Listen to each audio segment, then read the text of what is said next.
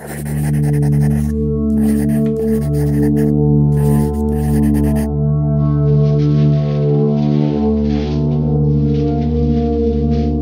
de la lecture, bonjour. Voilà, on se retrouve aujourd'hui, nous sommes le vendredi 10 mai 2024. Donc j'ai un petit peu attendu avant de tourner cette vidéo pour, pour terminer un certain nombre de choses dont je vais vous parler. Et c'est pourquoi j'ai écrit Nouvelle. Alors d'abord, la première chose, bien, je vais parler de cette formation auto-éditée et donc qui est terminée depuis la semaine dernière, depuis jeudi dernier exactement. Donc c'était une formation extrêmement intéressante mais extrêmement dense et il est évident donc qu'elle s'adresse aussi à des auteurs auto-édités confirmés. Donc en fait, bien le public était constitué en partie de personnes qui ont déjà auto-édité un ou plusieurs romans, plusieurs textes en tout cas, et d'autres comme moi, hein, donc qui n'ont jamais édité quoi que ce soit. Alors par conséquent, donc le stage et la formation comportaient bien plein de choses qui s'adressaient à la fois à des débutants, mais aussi à des gens, par exemple, qui avaient, qui voulaient revoir leur politique de marketing, ce genre de choses. Donc, pour ma part, bien, je me suis rendu compte que, évidemment, je ne pourrais pas tout mettre en œuvre. Excusez-moi, il faut que je lance le chronomètre, je ne l'ai pas fait. Je vais couper juste le temps de lancer et raccorder directement.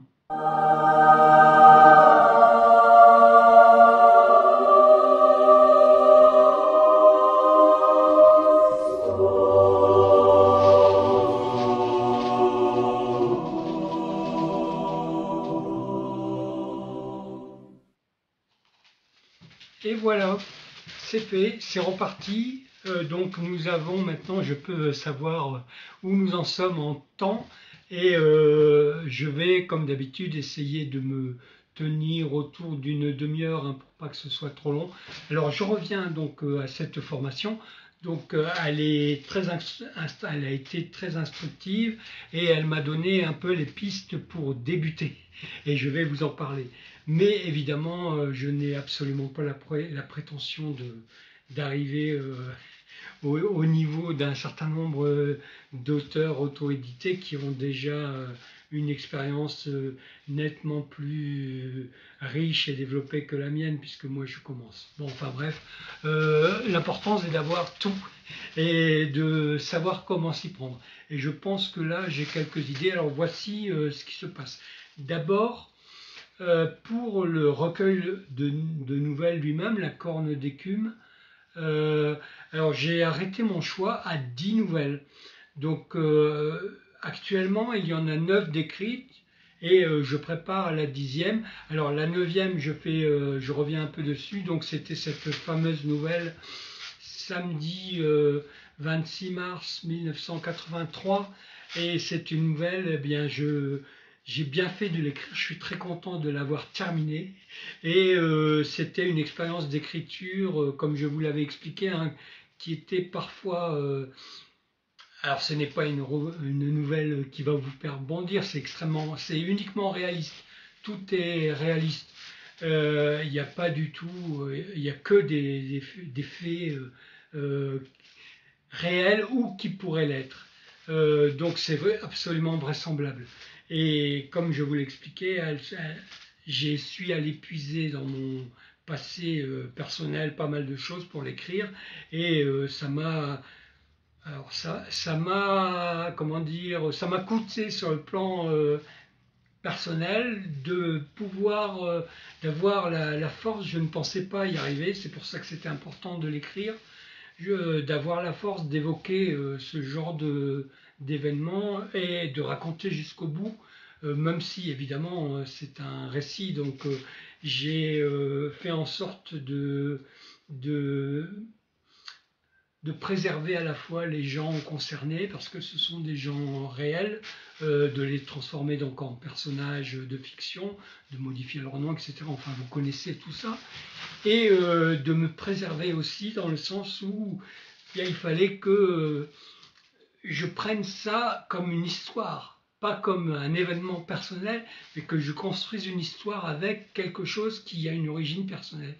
Et je suis vraiment très satisfait d'y être parvenu. Et bon, comme je vous l'avais dit, cette nouvelle, ça sera la plus longue. Donc je l'ai terminée il y a 3 jours là, et elle fait un peu plus de 7000 mots, 7048 je crois, un truc comme ça, enfin peu importe, 7000 disons. 7000 mots, alors ça représente entre, on va dire, entre 20 et 30 pages, quoi. Et ça sera donc la plus longue. Alors, je vais en écrire une autre pour ce recueil en changeant là de registre. Hein. Donc j'ai regardé un petit peu ce que j'avais déjà écrit. Donc il y a 9 nouvelles, donc il y en a la moitié, enfin 5, oui, 5 qui sont réalistes et 5 qui touchent au fantastique ou qui sont complètement fantastiques même. Donc 4 plutôt, 4. Donc la 10e, j'ai choisi d'écrire une nouvelle qui sera fantastique et qui me permettra aussi de laisser plus de place à l'imaginaire, puisque je pense que je vais partir d'une situation archi-codée hein, dans le fantastique, qui est celle d'un groupe de jeunes autour d'un feu de bois qui se racontent des histoires dans la campagne. Enfin, vous voyez ce que je veux dire. Et puis, voilà, il y a toujours des rigolos qui prennent pas les choses au sérieux, et puis il se passe des événements. Enfin, ouais, j'ai ça en tête, tout en ayant donc une approche un peu particulière toujours. Mais voilà, je vais partir sur quelque chose comme ça, et pour moi, ça sera, je dirais, pas plus facile à écrire, mais en tout cas plus confortable à écrire, parce que ça impliquera moins mon histoire personnelle. Donc, et bon, je ne sais pas si je referai ce genre d'expérience comme avec la nouvelle samedi 26 mars 1983, mais je sais que ce n'est pas forcément simple de raconter des choses personnelles. Enfin bref, je ferme la parenthèse, je reviens à ce recueil. Donc pour ce recueil, encore une nouvelle. Alors je vous avais dit que j'en écrirais entre 10 et 12, donc là je vais me limiter à 10. Pourquoi? Parce que là aussi c'est quelque chose qui avait été abordé au début de la formation, donc c'est de créer en parallèle, hein, donc, puisque moi je n'ai pas encore, je vais créer également un site web où je pourrais mettre bien sûr en vente les livres que j'aurais écrits, que j'écrirai, et surtout partager plein de choses autour de l'écriture et de ce que j'écris. Et donc si ça vous intéresse, bon, je vous en reparlerai de toute façon, et je vous inviterai à vous abonner à ce site. Alors justement le freebie, donc je vais écrire un freebie. Donc, alors le freebie, pour moi c'est devenu une évidence, puisque c'était contenu on en parlait souvent pendant le cadre de la formation. Mais si vous ne savez pas ce qu'on appelle un freebie, donc c'est simplement, on peut traduire ça tout simplement par un cadeau que je ferai. Donc, et c'est tout à fait normal, ça m'a paru complètement normal. Donc, que je ferai à toute personne qui s'abonnera, qui s'abonnera à la newsletter que je créerai sur ce site prochainement. Alors tout cela, c'est les projets à venir. Ça va se mettre en place assez vite, mais pour l'instant, ça n'existe pas. Donc je vais mettre en place donc ce freebie, et il sera réservé à toute personne qui aura eu suffisamment confiance en moi, en ce que je fais, en ce que je vais faire, pour me communiquer son adresse mail, puisque régulièrement. Alors je pense que dans un premier temps, je vais rédiger une newsletter toutes les deux semaines, je pense, on verra, hein, je ne sais pas encore, mais c'est un peu le rythme qu'on vous dit. Bon, on vous dit même une fois par semaine, mais au début, mais une fois par semaine, je ne pense pas pouvoir tenir un tel rythme, hein. J'ai en plus énormément de choses à faire, vous le savez, je pense. Donc je vais développer ce site web. J'ai déjà, ça je crois que je vous l'avais dit, j'ai déjà acquis le nom de domaine, j'ai déjà donc tous les éléments, l'adresse mail. Maintenant, il faut que je crée. Alors, je crois que je vais utiliser WordPress pour créer ce site. Mais bon, ça, j'aurai l'occasion largement de vous en parler. Je reviens à la suite là, donc de la création du recueil. Donc, le recueil comportera 10 nouvelles. Une que j'ai encore à écrire, qui sera une nouvelle fantastique, et je vais enchaîner avec l'écriture d'une autre nouvelle qui sera le freebie que vous trouverez, que vous aurez en cadeau si vous communiquez votre adresse mail pour être abonné à la newsletter. Donc, mais ça, bon, ça, je vais le mettre en place assez vite. Mais même si je ne sais pas encore, je pense que je vais là aussi tâtonner quelque temps dans la création d'un site web. Mais bon, il faut passer par là. Et il faut se former, quoi. Et donc, mais j'ai confiance. Je pense que c'est faisable. Mais bien sûr, sans avoir l'ambition des professionnels qui font des sites commerciaux ou des sites internet d'une autre dimension. Moi, je vais commencer tout simplement, et peut-être même dans un premier temps, je ne ferai comment on appelle ça, une page d'accueil, une page avec donc l'invitation à s'abonner, quoi, à la newsletter. Bon, mais je reviendrai là-dessus. Je vais accélérer parce que je vois que il y a déjà 10 minutes. C'est dingue. Bon, alors, donc ça, c'est une chose. La deuxième chose, c'est que, eh bien, en parallèle avec ça, là aussi, c'est quelque chose que je n'ai pas encore, que je n'ai jamais fait. Je vais commencer à mettre donc sur les réseaux, c'est-à-dire pour moi, les réseaux, c'est Instagram et Facebook, et aussi la chaîne YouTube. Mais bon, ça je le fais déjà puisque j'en parle avec le vlog. Mais sur les réseaux, je vais commencer à mettre des petites vidéos, des petites images qui évoqueront, qui présenteront, qui amèneront progressivement le recueil de nouvelles. Et bon, j'espère que ça vous intéressera. Et je vais commencer ça assez rapidement. Donc, on peut faire, je crois, des réels. Je n'en ai jamais fait. Là aussi, il va falloir que j'apprenne à en faire. Mais bon, je pense là encore que c'est pas trop. C'est à ma portée, surtout que je vais faire des choses très simples. Donc des réels, des stories. Alors je vois également, donc ça je vous en avais parlé, nous allons également commencer à travailler bien là. Nous avons rendez-vous ce week-end là avec l'illustratrice, hein, donc c'est une femme qui va mettre en place la couverture. Donc ça y est, c'est parti. Je me dis, bon voilà, la formation est terminée, maintenant passons à l'action. Alors je ne sais pas si je dois aller beaucoup plus loin parce qu'il y a beaucoup de choses. J'ai noté quelques points, mais je me dis, vu le temps, peut-être que j'aurai pas le temps de tout développer. Je le ferai au fur et à mesure. Donc voilà où j'en suis aujourd'hui. Il me reste encore pas mal aussi de vidéos à voir, hein, et de slides à télécharger, enfin, de diaporamas, tout ça.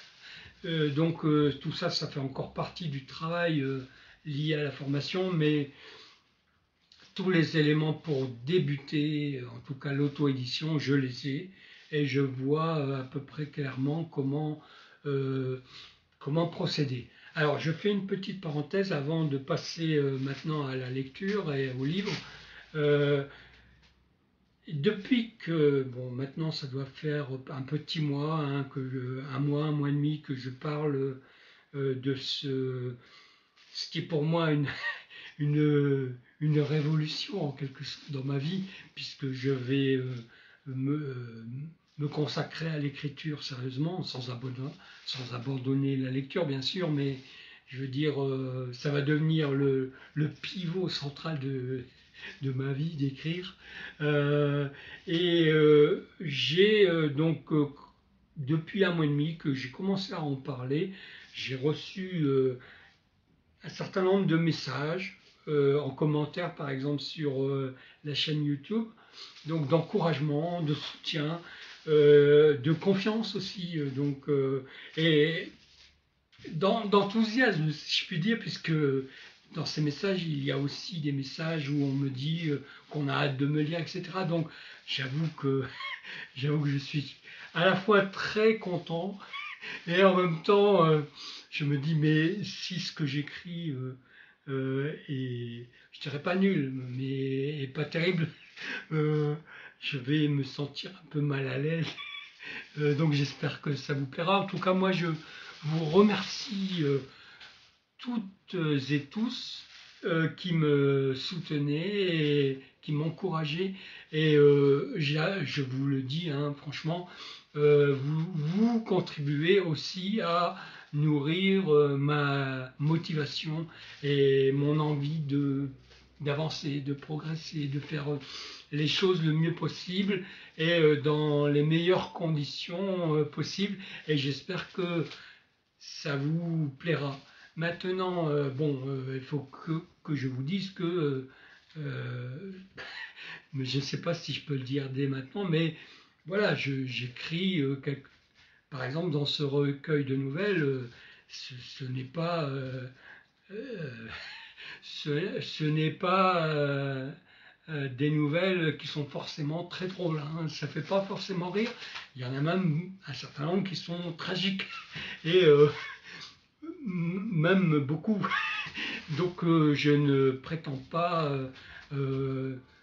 écrire pour vous divertir. Mais bon, nous aurons... alors, le divertissement, bien sûr, n'est pas absent, hein, mais c'est quand même... c'est quand même pas un ton forcément léger, joyeux, c'est même parfois très sombre. Alors bon, j'ai un peu confiance parce que nous ne sommes pas nombreux, mais nous savons ce que nous aimons en gros en littérature. Et j'ai confiance dans le sens où je me dis que bah, ça ne va pas trop vous changer de vos habitudes de lecture. Enfin bon, on en reparlera. Bon voilà. Maintenant, donc 15 minutes. Maintenant, donc, je vais clore la.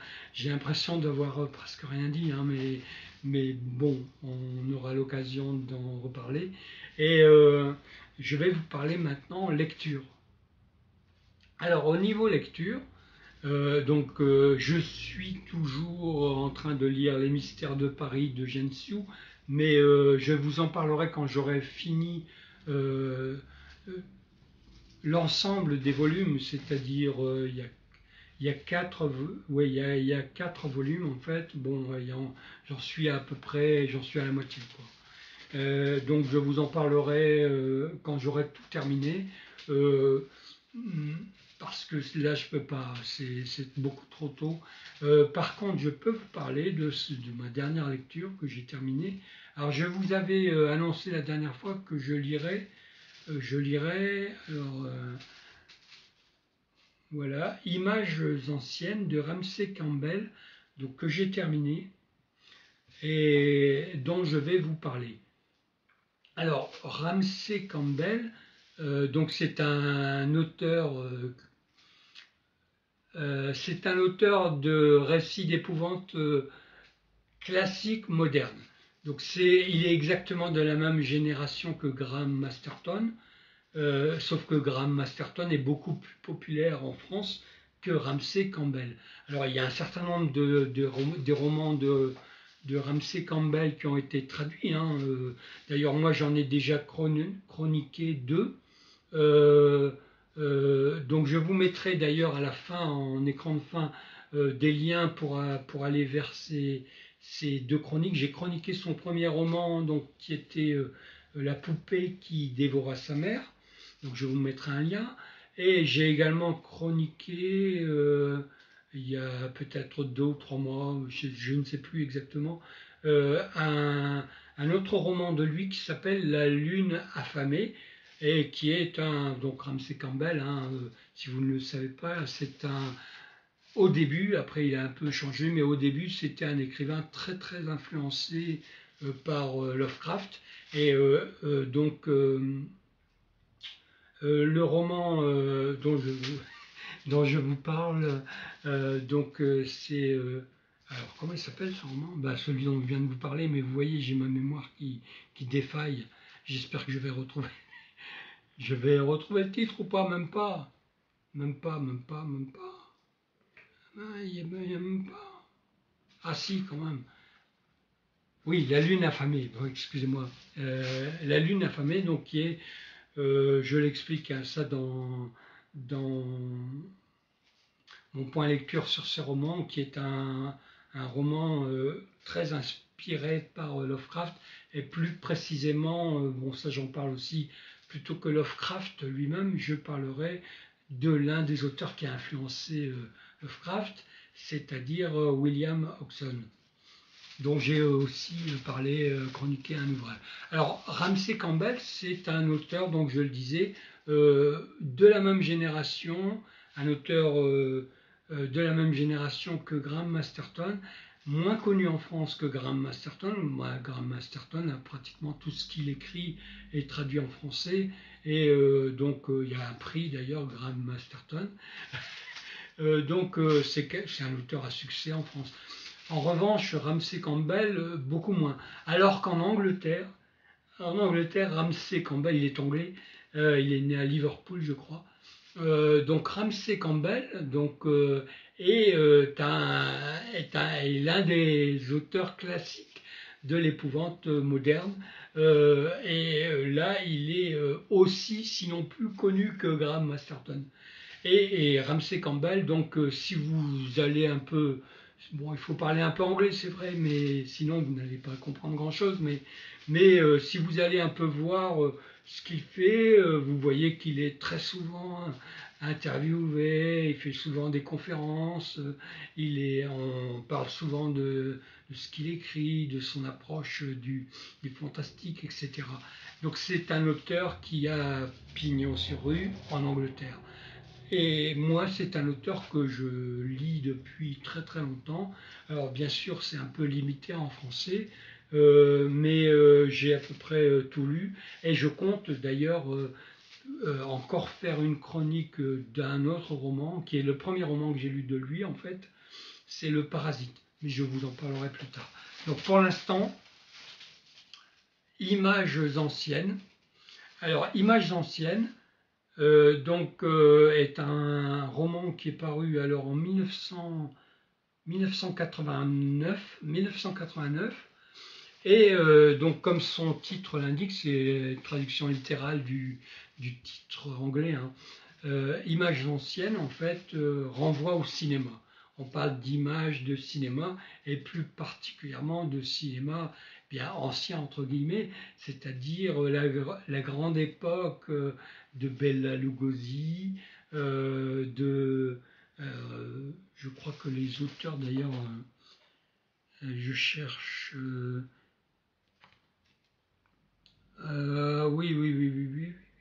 oui, alors Bela Lugosi, Boris Karloff, donc on est dans les années 30-40 quoi, hein, du cinéma.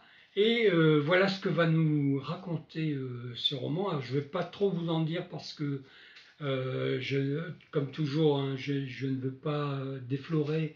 Si vous souhaitez lire ce roman, je ne vais pas déflorer l'histoire. Mais voilà, on a un personnage qui se prénomme Graham, qui est en fait un chercheur, un critique de cinéma, un chercheur, et il essaye de retrouver des films qui qui ont disparu ou qui sont introuvables ou qui ont voilà, une histoire qui fait que eh ben, elles sont devenues invisibles. Et là, le roman porte sur un film en particulier. Alors c'est un film imaginaire, c'est pas un vrai film, hein, n'allez pas essayer de le chercher, vous ne le trouverez pas. Ou alors il faut que vous le fabriquiez. Mais dans ce cas-là, mais certes avec l'intelligence artificielle, on peut peut-être y arriver maintenant. Mais dans ce cas-là, il faut refaire les personnages, il faut refaire Boris Karloff, il faut refaire Bela Lugosi, puisque tous les deux jouent dans ce film qui s'appelle La Tour de la Peur, que va rechercher le personnage de Graham. Alors, Graham travaille, il essaye de redonner une vie à des films comme ça anciens, disparus, et il travaille en particulier avec une chaîne de télévision. Et dans cette chaîne de télévision, il y a une monteuse qui s'appelle Sandy et qui sera en fait qui sera la protagoniste du roman. Alors pourquoi? Qu'est-ce qui se passe? Donc voilà, en fait le roman commence par une scène choc, mais je vous en parlerai après. Je la mets sur le côté pour l'instant et vous allez comprendre pourquoi après. Donc je rentre dans le vif de l'histoire. Donc Graham a retrouvé ce film qui était censé avoir disparu, où il y a Bela Lugosi et Boris Karloff qui jouent et qui s'appelle La Tour de la Peur. Il a décidé d'organiser une projection privée chez lui et il a invité la monteuse Sandy. Donc celle-ci va se rendre chez Graham, hein, ils sont amis, ils se connaissent très bien, et pour voir le film. Et en arrivant chez lui, bah en fait, elle va donc, elle peut rentrer, elle a les clés, donc elle peut rentrer et elle va découvrir Graham qui est à l'extérieur sur les toits en train de courir. Bizarre. Alors, est-ce qu'il court après quelqu'un? On ne sait pas trop, mais on peut se dire, puisqu'après on va apprendre que le film qu'il devait montrer, la Tour de la Peur, a disparu. Donc on peut se dire que quelqu'un est venu le voler et que Graham essaie de rattraper ce voleur. Et en essayant de le rattraper, il va faire une chute. Il va tomber de l'immeuble, en fait, du toit de l'immeuble, et va se tuer. Donc à partir de là, Sandy, qui aura assisté à toute cette scène, va décider de rechercher le film, de reprendre en fait les recherches de Graham et de rechercher le film. Et nous allons avoir donc c'est intéressant si vous vous intéressez au cinéma, et en particulier au cinéma des années 30-40 du XXe siècle, aux années 30-40. Donc vous allez avoir, donc à travers l'enquête de Sandy, une espèce de voyage à travers tout le cinéma, et puisqu'elle va rencontrer un certain nombre de personnes qui sont ou bien des techniciens, ou bien dans la production, ou bien des acteurs qui ont participé à ce film. Alors voilà, ça c'est un peu l'axe général, et plus cette enquête va avancer, plus on va sentir qu'il y a une menace qui pèse à la fois sur tous les gens qui ont participé à l'aventure, au tournage de ce film, mais aussi à tous, une menace qui pèse sur tous les gens qui s'intéressent de près ou de loin au film. En fait, c'est comme si, voilà, on ne pouvait pas le faire. Si on le fait, on risque sa vie. Bon, j'en dirai pas plus.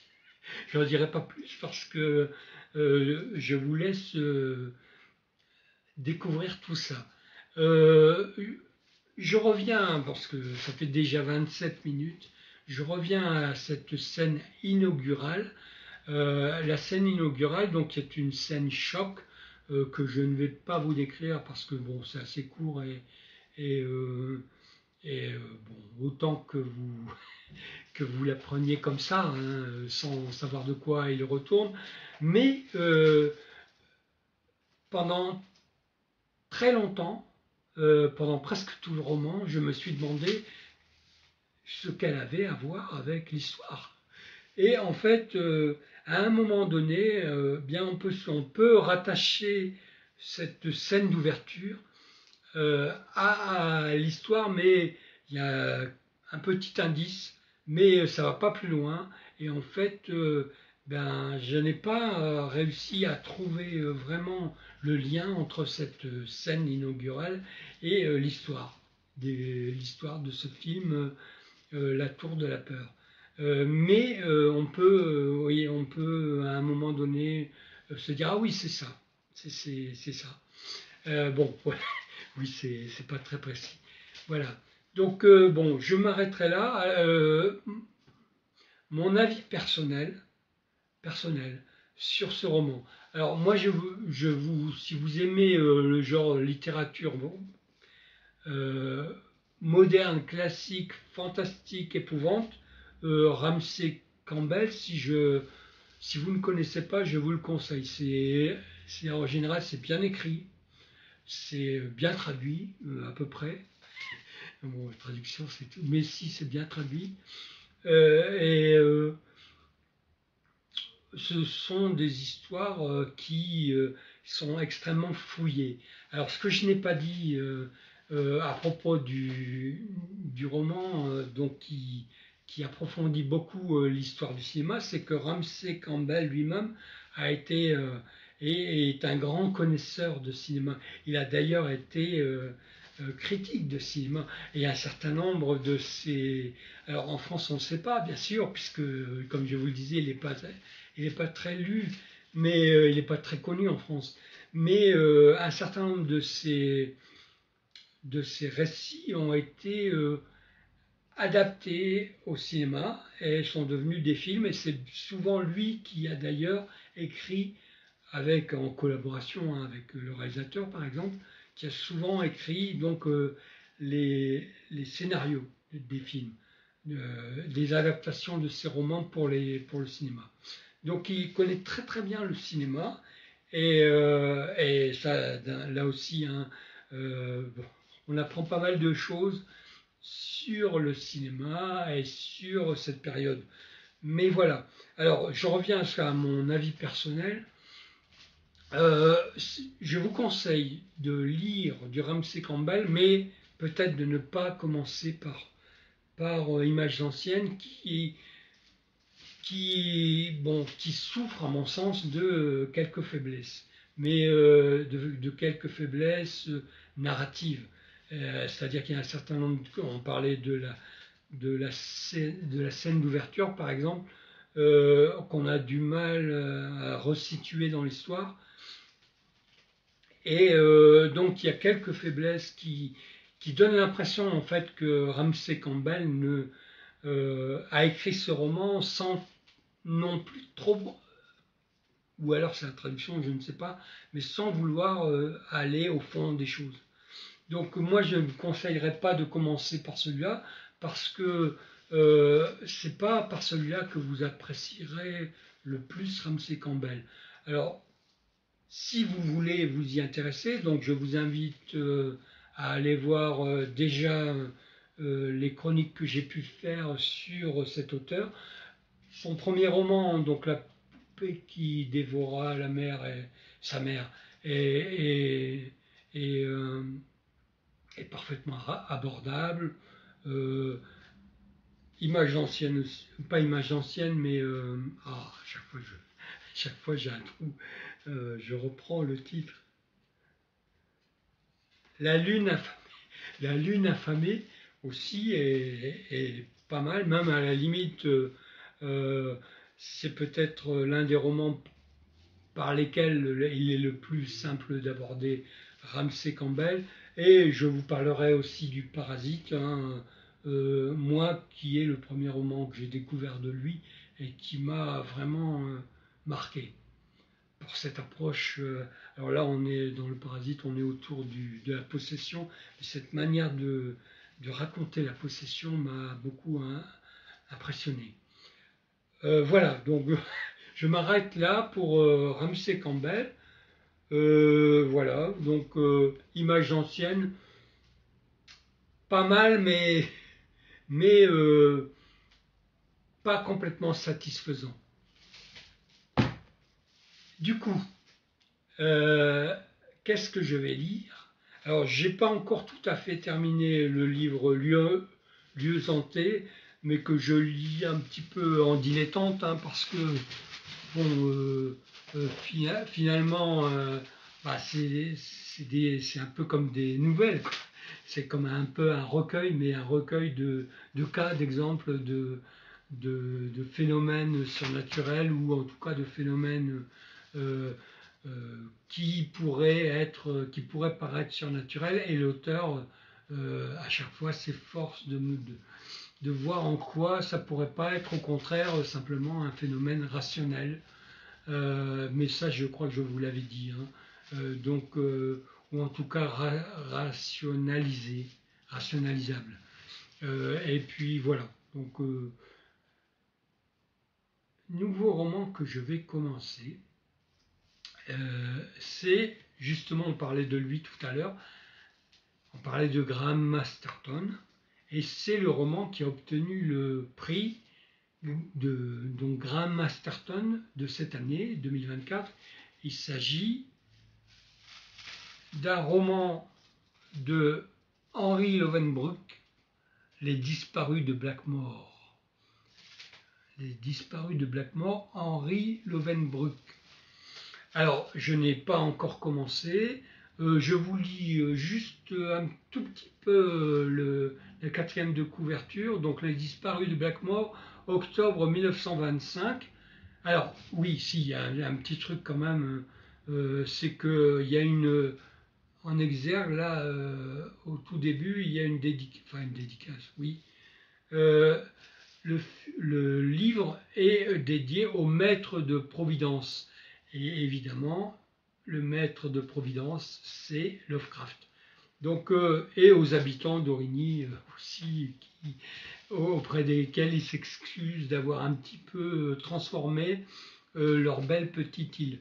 Donc, un roman qui pourrait avoir des résonances Lovecraftiennes.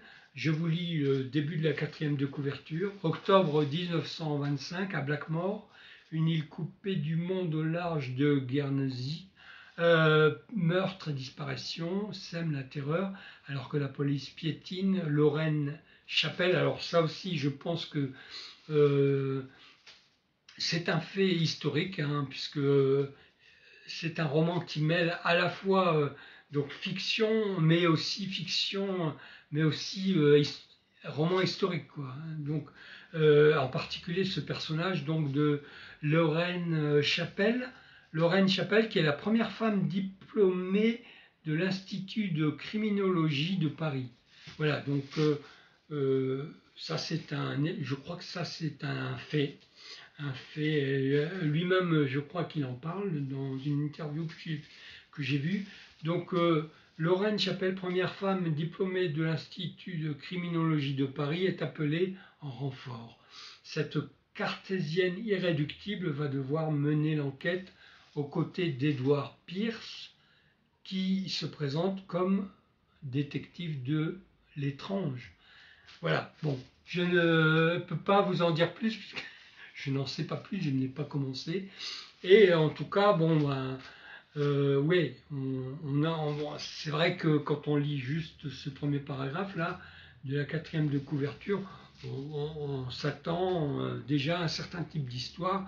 Je pense que ça peut être très bien, mais en même temps, comme c'est un type d'histoire extrêmement qu'on voit assez souvent, donc cette espèce de duo.